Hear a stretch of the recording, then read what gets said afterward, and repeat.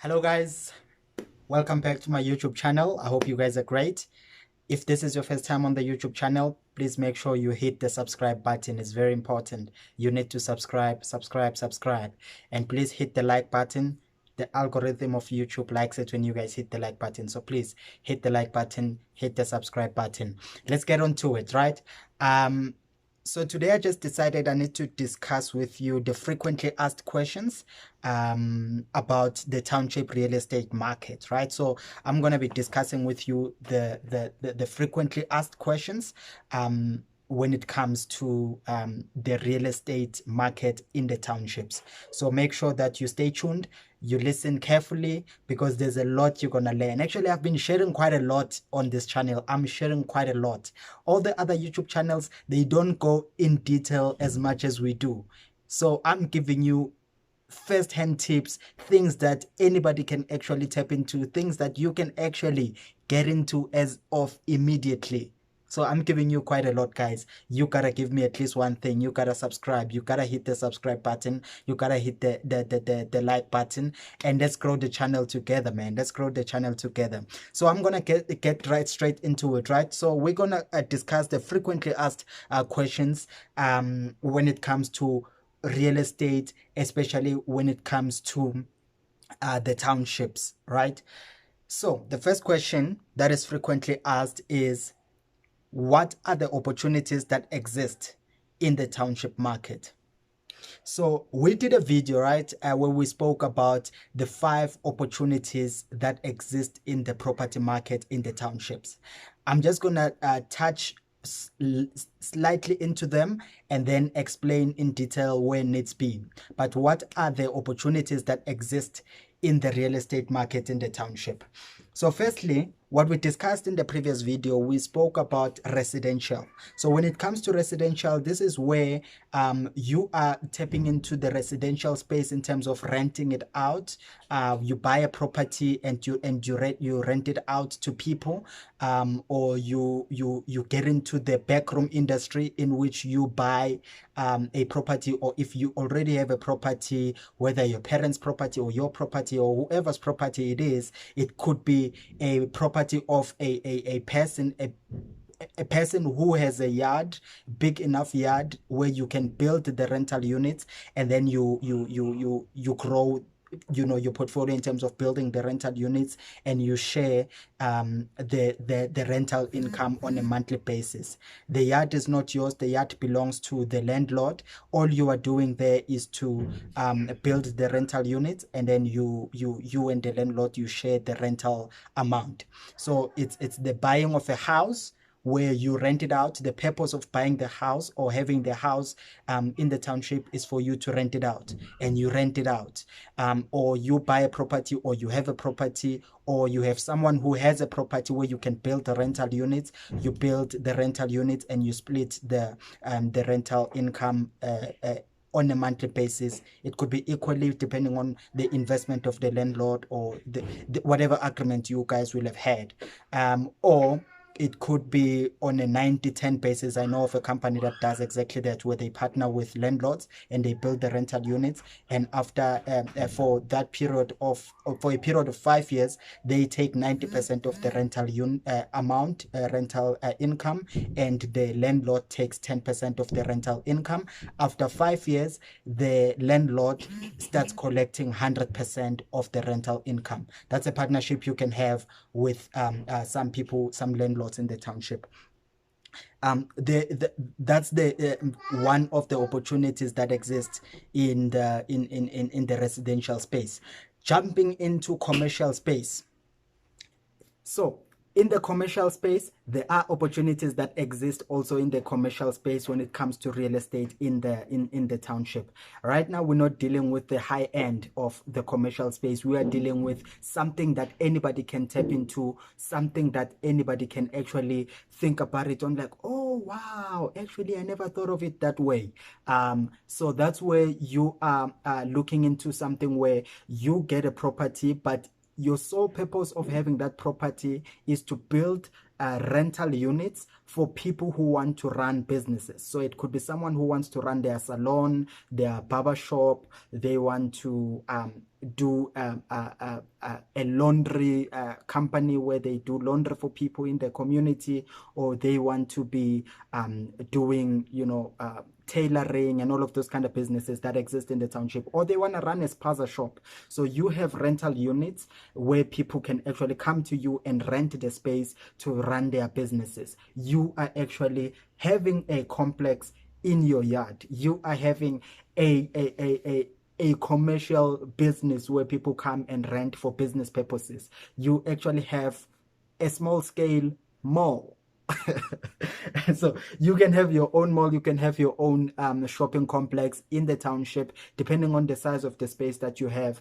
If you are lucky enough to have a property that is closer to the main road, you can actually run a business of that nature, where people come in and rent from you to run their own businesses. And it's like a garage type of setup where people can come in and do their nails, do their hair, do everything, cut their hair and all of those kind of things. Or if it's a laundry, people come in and drop their clothes and they run your laundry. Basically, you are tapping into the real estate market in the township in a way where businesses can come and rent from you. Small businesses come and rent from you and they run their businesses. People who are running branding companies, they always want to have an office where they can come in, print the t-shirts, print the business cards. They have the machinery and all of that.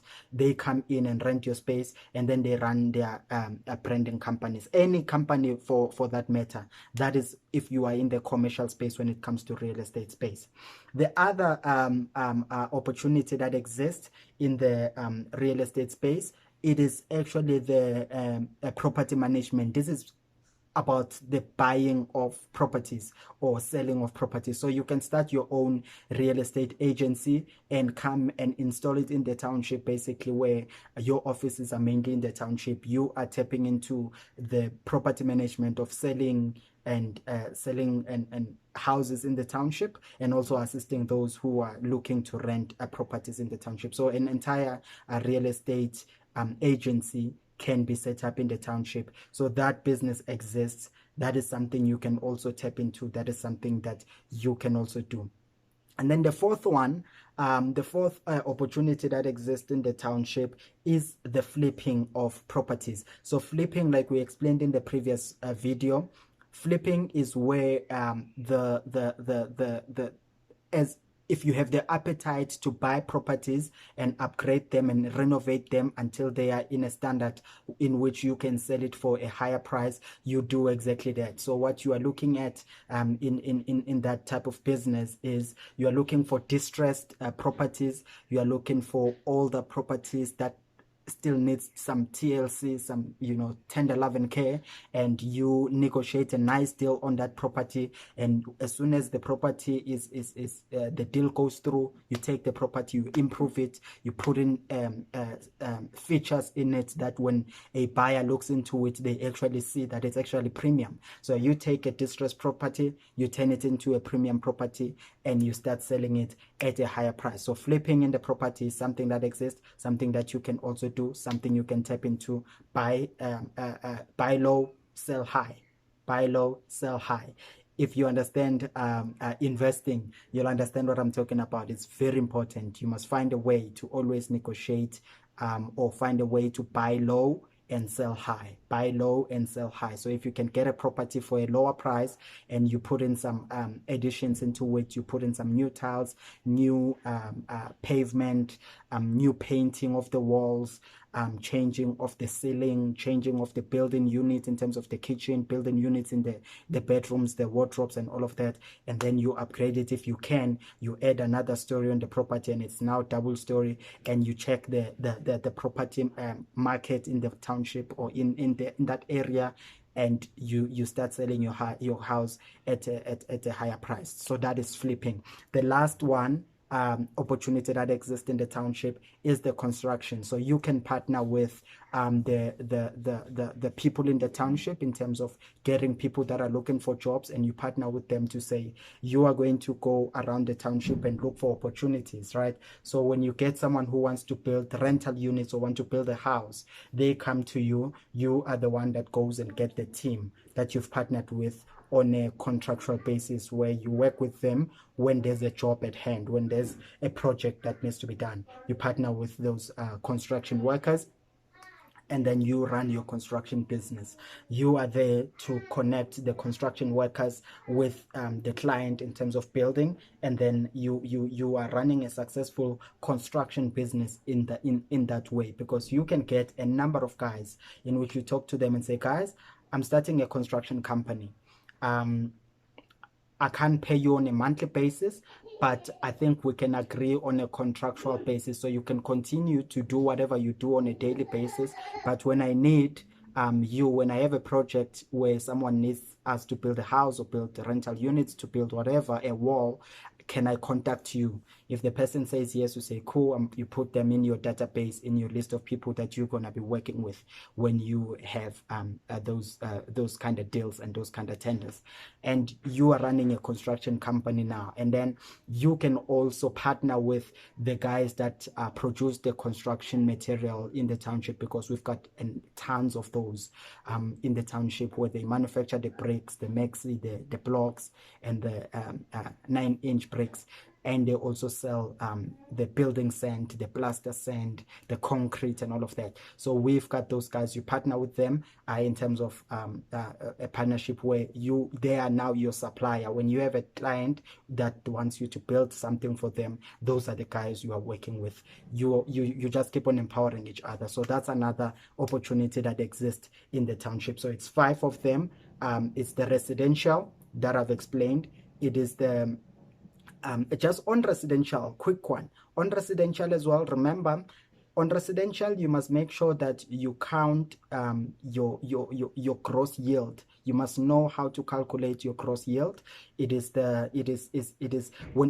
you buy the property for rental purposes, you must look at what the price of the property is, and you must look at the potential of that property in terms of how much can you rent it out for. So and that will actually give you a gross yield, and it will tell you whether you'll be making a loss or you'll be making a profit. So on gross yield, you need to look into, how you calculate a gross yield is something we'll cover in another video, but it's in detail in another video. So what you look at there is the rental amount, the rental amount times 12, and then you divide that by the price of the property, and you times by 100, sorry. You times that by 100, and it gives you an amount. It gives you a percentage. That percentage tells you, if the percentage is less than 15, then you know that you'll be making a loss on that property, because the bank, if you are taking it through a bank, the bank is still going to take its 10.5% on a yearly basis, so in terms of interest. So you need to make sure that whatever deal you are negotiating, your gross yield needs to be always at 15% or above. So you must know how to negotiate for a property. If you are going to buy it for rental purposes, you must not buy a property that is going to take from your pocket, because then that's not an asset. It becomes a liability because it's taken from you. An asset is something where it gives money to you, but a liability is something that takes from you. So the opportunities that exist in the township is residential, commercial, property management, flipping of properties, and construction. Those are the 5 opportunities that exist in the township. Now let's talk about the second question that we have. What is the backroom industry? So the backroom industry is my favorite. I'm sure you guys already know that. This is a space where, as After 12 Properties, we are in the space of construction and building and providing of affordable rental units for low-income earners in the townships. This is an industry that we love so much because it's more about providing favorable and proper living conditions and accommodation for people, low-income earners who are living in the township. So here are a few facts that you need to know about this industry. It is a 10 billion rand industry. The whole real estate industry in South Africa is a 7 trillion rand industry, and the backroom industry is a 10 billion rand. A 10 billion rand industry in South Africa. So how does it work, right?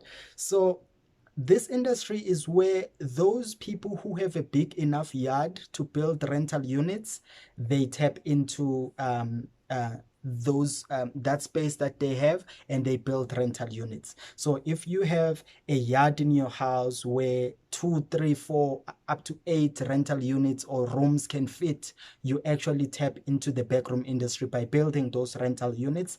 You can do a double story of the rental units. You can just build a flat rental units depending on the approval you've gotten from the municipality, because everything needs to make sure that you go to the municipality. I know that a number of guys do not get their plans approved, but I would suggest and recommend that you get your plan approved by the municipality. So as soon as you have your plan approved by the municipality, then you start building the rooms. So you build the rooms, each room at a time. You build separate rooms, and you can put anything from tile, ceiling. You can even put a shower, put a toilet in it, depending on this on the space that you have. So that's the backroom industry. You can do a double story. You can actually even go as far as adding a story on your existing property to add rental units on top of the main house, and you can live in the main house, or you can live elsewhere and rent out the whole yard and the whole house and everything in the yard. So it's a 10 billion rand industry. Those people who have a big enough yard, they tap into that, build rental units and rent them out to people. How do you partner with other companies that exist in the township to ensure that if you don't have enough money to build the rental units, but you want to tap into that, how do you do that? The first thing is that there are companies indeed that are assisting those who want to build rental units but don't have enough money. So what they do is that they come with the financial muscle, they build the rental units, and for the period of 5 years, you from the rental income every month, they take 90% of the rental income, you take 10% of the income. After 5 years, you start, as the landlord, you start taking 100% of the rental income, and you are able to take your kids to school, take yourself to school, and just continue to grow in whatever you are trying to do. If you have your mom's yard, your aunt's yard, your real father's yard, your whoever's yard, and you can actually go and build rental units in each and every one of them and grow your real estate portfolio in that way. Robert Kiyosaki once said in his book, he says, it is not always about what you own, but it's about controlling businesses. You don't have to own things, but you can control them, and they can actually bring money into your pocket. So that's something you need to look at and make sure that you find a way to ensure that you have your first room that you're renting it out, or 2 or 3 or however many that you want. Is the backroom industry legal? That's a good question. So that's a good question. What I would always advise is that you must ensure that you always get your your plan approved by the municipality.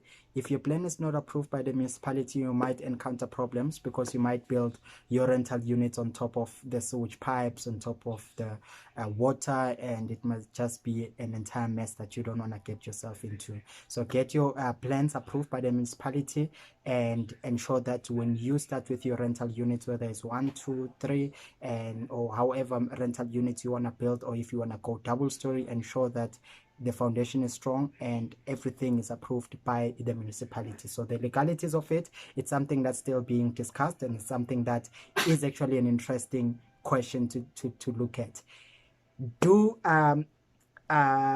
The last question is, do you pay tax when you are in the backroom industry? So the fact of the matter is that most people who have rental units don't have them as a company. It is not something that they have registered with the CIPC as a company. It is just them having space and building the rental unit. So I would always advise, personally, I would advise that if you are tapping into the real estate business, make it a company, make it a business, make it something that you are trying to grow in terms of it. But there's no train smash. It's not something that it's a must for you to do it as a business. If you have a space, you just want additional income, or you know that later on in life your kids will have grown and they will need their own rooms outside, and you want to build the rooms now so that you can rent them out in the meantime, and then later on, you know, anything you decide. If you want to have rental units outside or cottages outside, just build them and rent them out if you have to. But in my channel, make sure you subscribe. Actually, don't forget to subscribe. But I speak more about when you are doing this as a business. So do we pay tax? If you have it as a business, you always have to pay your annual tax returns, and that is one way of paying tax. But that is just around mostly it. There's not much of tax that you are paying, but if you do, it's through the yearly annual tax returns that you need to pay. So guys, these are the frequently asked questions that people ask when they want to tap into the real estate market in the township. There are more questions. If you have more questions, I'll be happy to answer them. Please go to the comment section, just comment, ask your questions. That will help me to understand what you guys want to know about the real estate market in the township or on a small scale, and let us continue to discuss those particular questions. So hit the subscribe button, hit the like button, go to the comment section, ask me as many questions as you want to ask. I'll consolidate them, and I'm going to come back with another set of frequently asked questions regarding the real estate market in the township. For now, guys, please subscribe and make sure that you stay tuned, you stay connected to the channel. For now, thank you very much, guys. I'll see you in the next video. Cheers.